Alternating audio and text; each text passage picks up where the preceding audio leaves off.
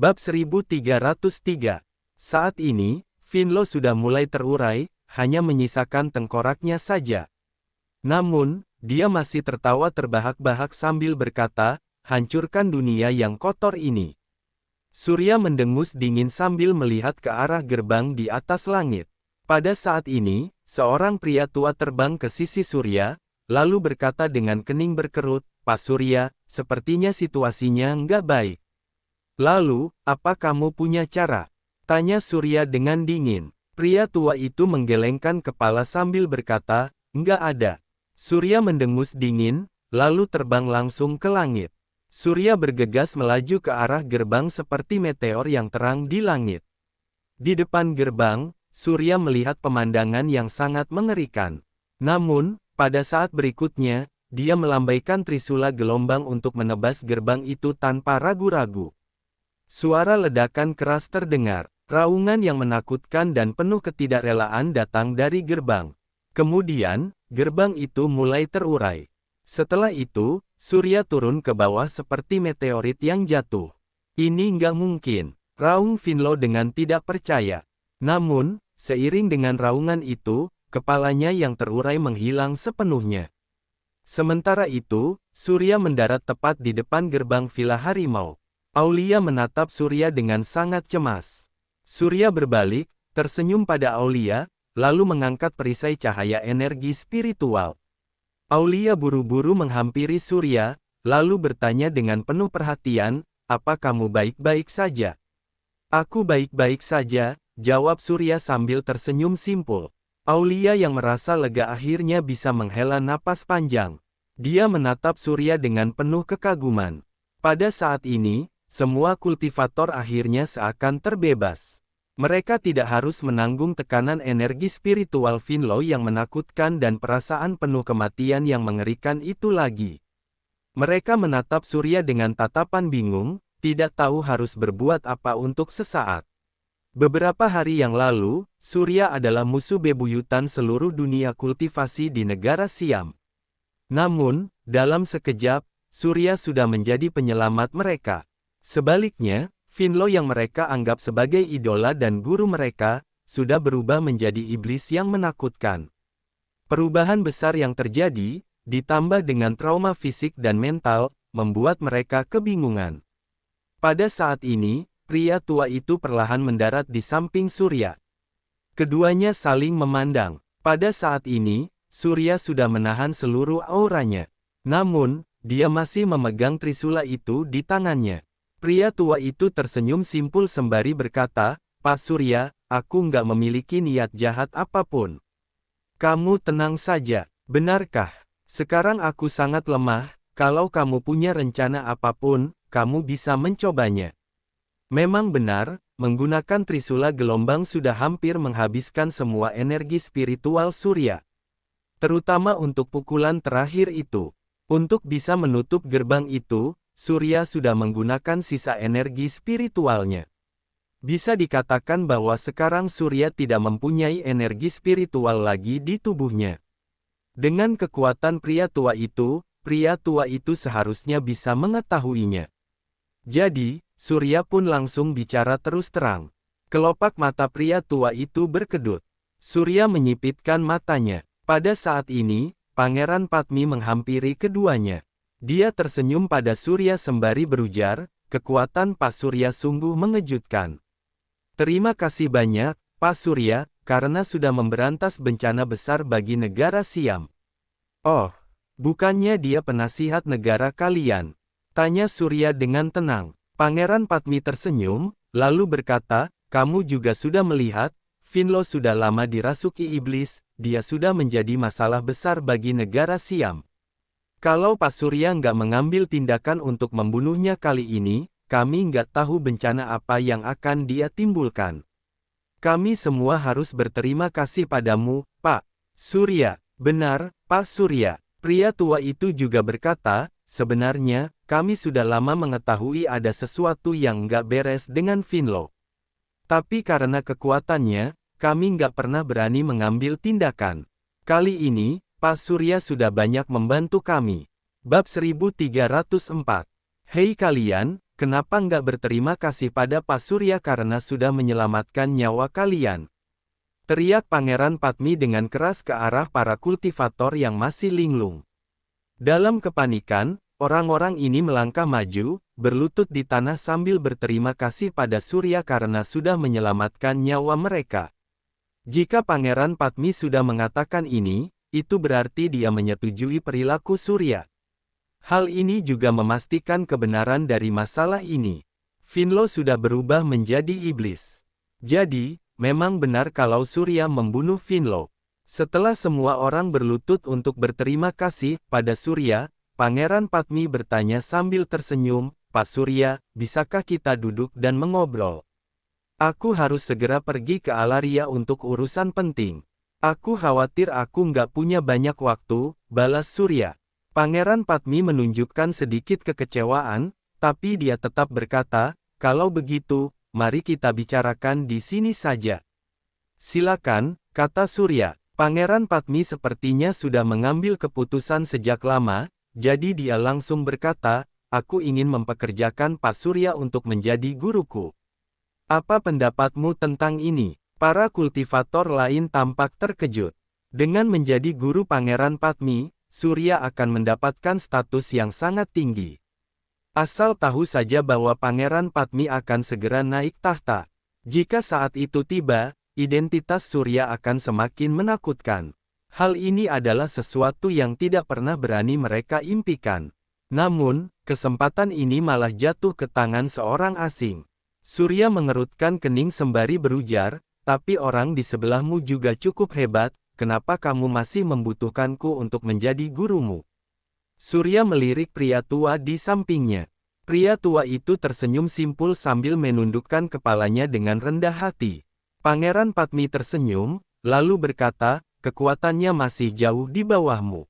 Selain itu, aku sangat menghargai integritasmu. Hal ini saja sudah cukup untuk membuatku menghormatimu sebagai guruku." "Integritas?" tanya Surya sambil menatap Pangeran Padmi. Pangeran Padmi berkata dengan sungguh-sungguh, "Pak, kamu bisa saja membunuh orang-orang ini atau mengabaikan mereka sepenuhnya, membiarkan mereka mengurus diri mereka sendiri. Tapi, ketika kamu melawan Finlo, kamu masih menahan kekuatan medanmu demi mereka. Kamu juga mempertaruhkan nyawamu sendiri untuk menghancurkan gerbang dunia lain itu, meski kamu bukan dari negara kami. Integritas dan kemurahan hatimu ini membuatmu layak menjadi guruku." Surya hanya terdiam. Setelah beberapa saat, Surya berkata perlahan, "Aku akan memikirkannya dulu. Aku akan memberimu jawaban setelah aku kembali dari Alaria. Kalau begitu, aku akan menunggu kepulanganmu, Pak Surya."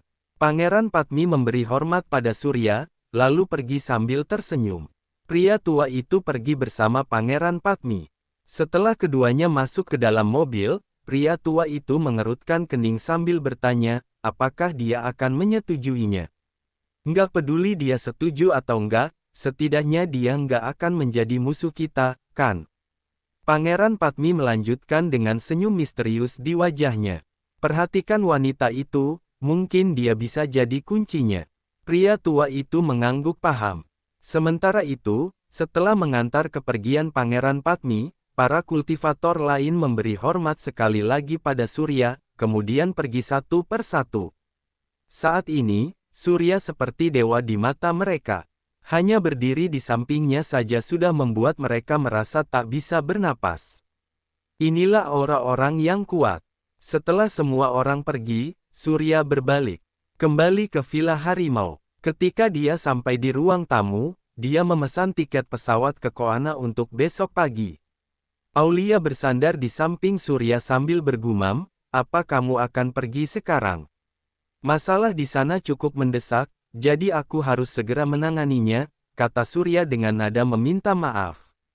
Aulia tersenyum lembut sembari berkata, "Aku tahu kamu adalah orang yang melakukan hal-hal besar. Aku nggak akan menjadi batu sandunganmu. Biarkan aku melayanimu dengan baik malam ini, oke?" Surya merasa sedikit canggung. Saat ini, Aulia bangkit, lalu pergi ke kamar mandi. Tak lama kemudian, Aulia menghampiri Surya dengan mengenakan handuk mandi. Dia tampak seperti bunga teratai yang muncul dari dalam air saat berdiri di hadapan surya. Aulia dengan lembut menarik handuk itu, membuat handuk itu jatuh ke lantai, menampakkan tubuhnya yang menawan. Lekukan tubuh yang sempurna, bukit yang menjulang tinggi, kaki yang jenjang dan tempat misterius itu, semuanya membuat Surya merasa haus. Aulia berjongkok dengan wajah memerah. Aulia membantu Surya melepas pakaiannya, lalu menyatukan bibir keduanya. Bab 1305. Esok paginya, Surya melambaikan tangan pada Aulia di bandara. Setelah Surya naik pesawat, Aulia baru berbalik dengan enggan, lalu berjalan kembali menuju sekolah. Namun, begitu Aulia keluar dari bandara, dia dihentikan oleh beberapa pria berjas. "Apa yang kalian inginkan?" Aulia langsung menjadi gugup. "Jangan salah paham, Nona. Yang Mulia ingin bicara denganmu." Seorang pria tua muncul di sebelah Aulia. Aulia tentu saja mengenali pria tua ini.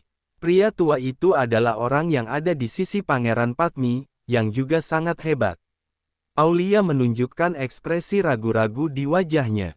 "Nona Aulia, kami sama sekali nggak punya niat buruk. Yang Mulia hanya ingin berbicara denganmu. Selain itu, ini pasti akan sangat menguntungkanmu," kata pria tua itu sambil tersenyum.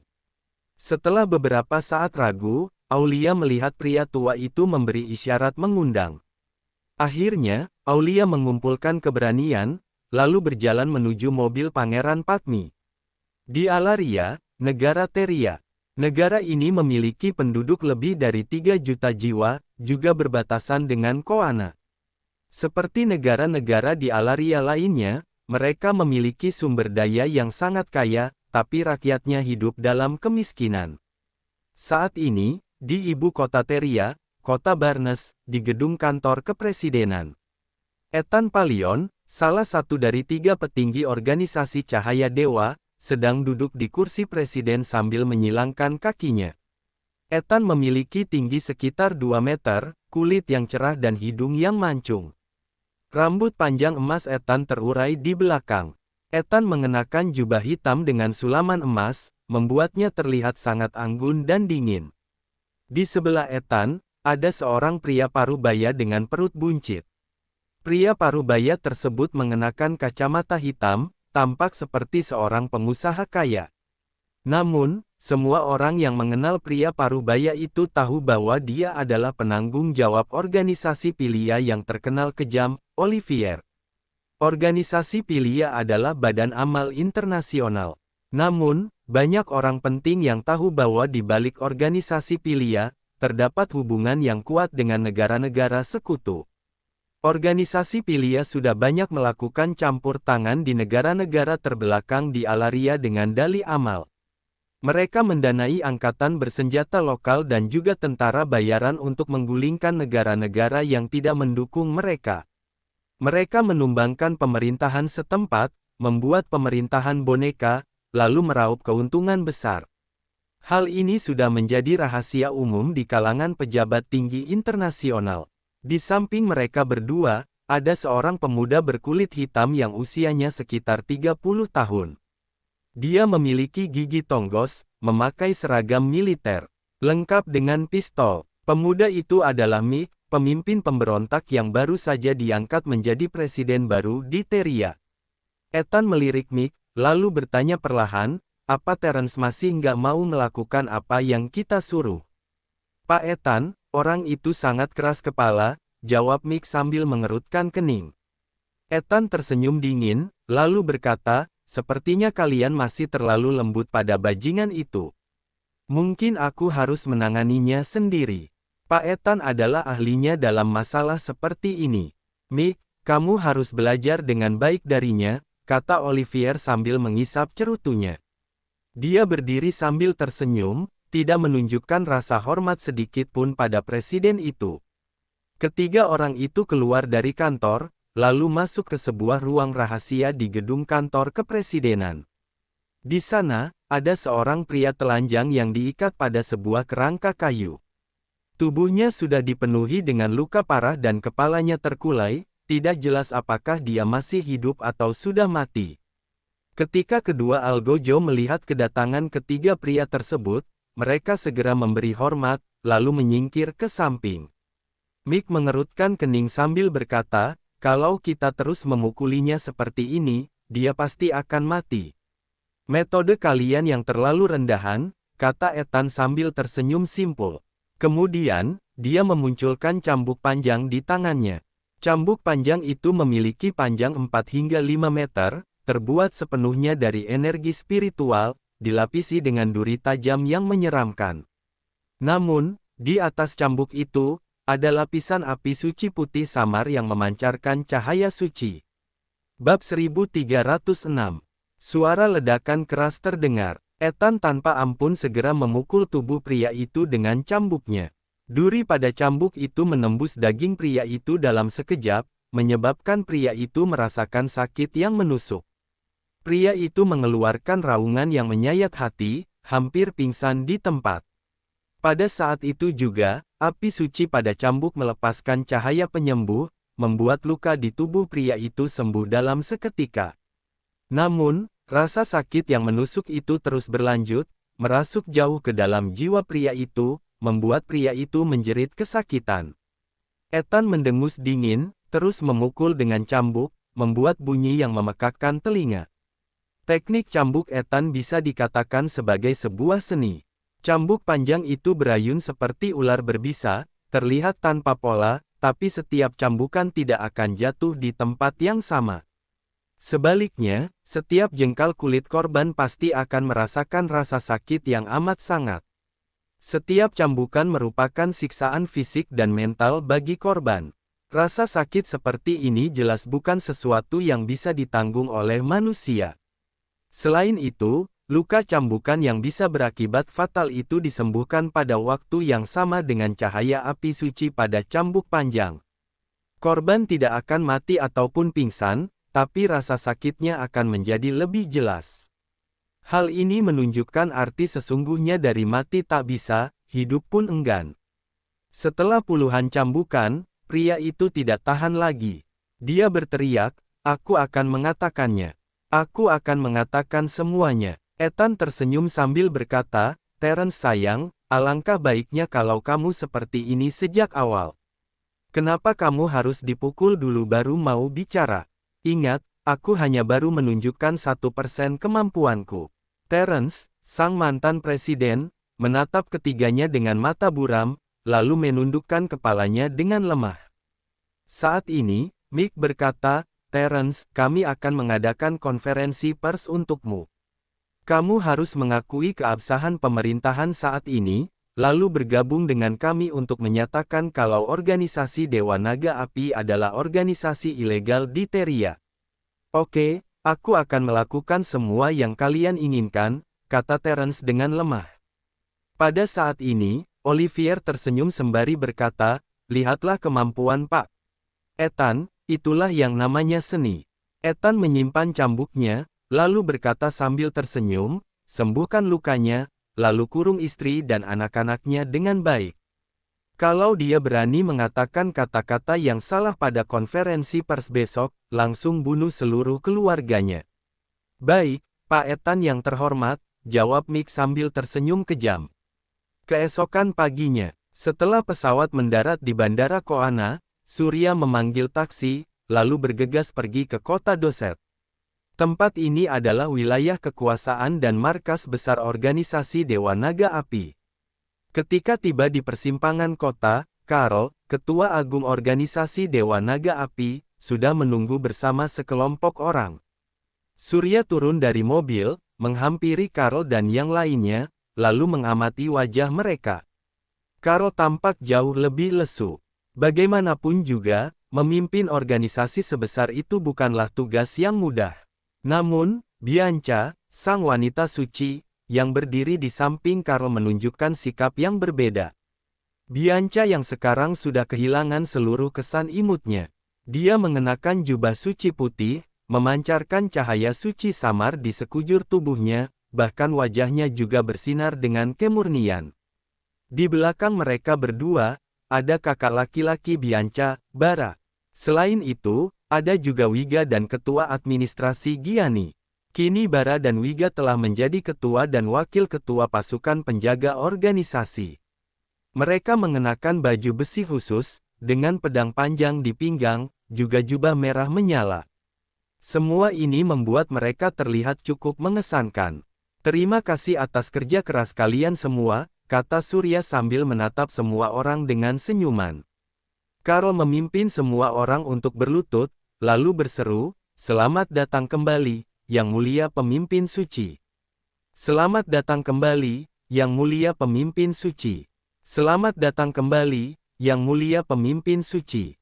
Dengan suara yang semakin lantang, makin banyak pengikut organisasi Dewa Naga Api yang keluar dari kota Doset, berkumpul di persimpangan untuk berlutut di depan Surya, lalu berteriak menyambut Yang Mulia Pemimpin Suci. Bab 1307. Saat melihat pemandangan ini dan merasakan kekhidmatan yang tulus dari semua orang, Surya merasa dadanya penuh dengan semangat. Bangkitlah, semua pengikut. Penguasa naga api menyertai kita. Penguasa naga api menyertai kita. Semua orang berseru serempak, kemudian berdiri. Namun, mereka masih membungkuk, menunjukkan rasa hormat pada Yang Mulia Pemimpin Suci. Surya berjalan memasuki kota. Ketika dia sampai di alun-alun, sesosok tubuh besar terbang ke arahnya, sebelum mendarat di depannya, menimbulkan asap dan debu yang beterbangan. Surya tersenyum sambil mengelus kepala besar naga api itu. Naga api terus menggosokkan kepala besarnya ke tubuh Surya sambil mengeluarkan suara gemeretak. "Sudah, masih ada yang harus aku lakukan. Aku akan mengajakmu bermain setelah aku selesai." Surya menepuk kepala naga api itu, tapi dia tiba-tiba menemukan bahwa naga api itu tampak sedikit berbeda. Di dalam tubuh naga api itu, ada sebuah inti yang menyimpan sejumlah besar energi spiritual atribut api. Surya segera mengaktifkan mata kebenaran, lalu mengamati dengan saksama. Beberapa saat kemudian, Surya berkata dengan puas, "Berlatihlah dengan baik, suatu hari nanti kamu pasti akan menjadi naga sejati." Ternyata, ada sebuah inti di dalam tubuh naga api yang terbentuk sebagai hasil dari kekuatan kepercayaan. Inti inilah yang bisa berubah menjadi kristal naga seiring dengan peningkatan latihannya. Pada saatnya nanti, naga api bisa menjadi naga sejati. Naga api itu meraung, tampak sangat bangga. Melihat itu, Surya pun tersenyum. Kemudian, dia berjalan ke lantai 2 markas organisasi Dewa Naga Api bersama Karl dan yang lainnya. Tempat ini dulunya merupakan sebuah hotel. Namun, kini tempat ini sudah diubah menjadi markas organisasi Dewa Naga Api. Lantai 1 dibuat menjadi ruang penyembahan, sementara lantai 2 menjadi tempat Karl dan rekan-rekannya bekerja. Sesampainya di ruang pertemuan di lantai 2, Surya, Karl, wanita suci Bianca, ketua pasukan penjaga Bara, wakil ketua Wiga dan ketua administrasi Giani duduk di ruang pertemuan. Surya melirik beberapa orang itu, lalu perlahan berkata, "Ceritakan padaku situasi spesifiknya." Karl berdeham sebelum mulai menjelaskan, "Selama periode ini, jumlah pengikut kita sudah melebihi 200.000, bahkan sampai melibatkan banyak negara di sekitar. Tapi, di Teria tiba-tiba terjadi kudeta. Angkatan bersenjata yang dipimpin oleh Mick menumbangkan pasukan pemerintahan, lalu menangkap mantan Presiden Terence. Mereka juga mulai menangkap para pengikut kita. Apakah kudeta itu ada hubungannya dengan organisasi Dewa Naga Api?" tanya Surya. Karl menggelengkan kepala sembari berkata, "Enggak ada, kami enggak pernah terlibat dalam dunia politik." "Kalau begitu, kenapa?" tanya Surya lagi. Karl berkata perlahan, "Kudeta di Teria ini terkait dengan organisasi Cahaya Dewa dan organisasi Pila." Surya perlahan memiringkan tubuhnya ke belakang, bersandar di kursi, lalu berkata perlahan, "Kalau begitu, semua jadi masuk akal. Kelihatannya organisasi Cahaya Dewa memang pendendam." "Iya, Yang Mulia, terakhir kali kamu sudah melukai Ketua Agung Herman dari organisasi Cahaya Dewa, tapi mereka belum bergerak sama sekali. Aku rasa kali ini mereka datang ke sini untuk membalas masalah ini," kata Bara. Surya mengangguk sambil berkata, menjadi musuh organisasi Cahaya Dewa memang nggak terhindarkan. Bagaimanapun juga, mereka menganggap organisasi lain sebagai organisasi ilegal. Cepat atau lambat, kita akan bertempur dengan mereka. Tapi, ada apa dengan organisasi Pilia ini? Organisasi Pilia adalah organisasi amal internasional yang dipimpin oleh seseorang bernama Olivier. Tapi faktanya, dia memiliki dukungan resmi dari negara-negara sekutu. Dia secara khusus mendanai angkatan bersenjata lokal, juga menggunakan tentara bayaran di wilayah Alaria untuk menggulingkan rezim yang nggak mendukung sekutu. Mereka membuat pemerintahan boneka dan juga mengambil alih berbagai jenis sumber daya yang kaya di daerah tersebut, jelas Karl. Mendengar itu, Surya pun mengerutkan keningnya. Tampaknya masalah kali ini tidak sederhana. Karl melanjutkan, kudeta ini direncanakan oleh Ethan, salah satu dari 3 petinggi organisasi Cahaya Dewa. Mereka diam-diam mendapat dukungan dari organisasi Pilia, jadi baru menyuruh pasukan Mik mengambil alih kekuasaan. Aku pikir langkah mereka selanjutnya pasti akan mulai menyerang kita. Surya tersenyum dingin. Sepertinya ada konspirasi tersembunyi di dalamnya. Namun, Surya selalu siap menghadapi tantangan. Dia tidak takut dengan apapun. Entah itu dari organisasi Pilia ataupun Ethan, yang katanya adalah salah satu dari 3 petinggi organisasi Cahaya Dewa. Bersambung ke bab 1308. Terima kasih.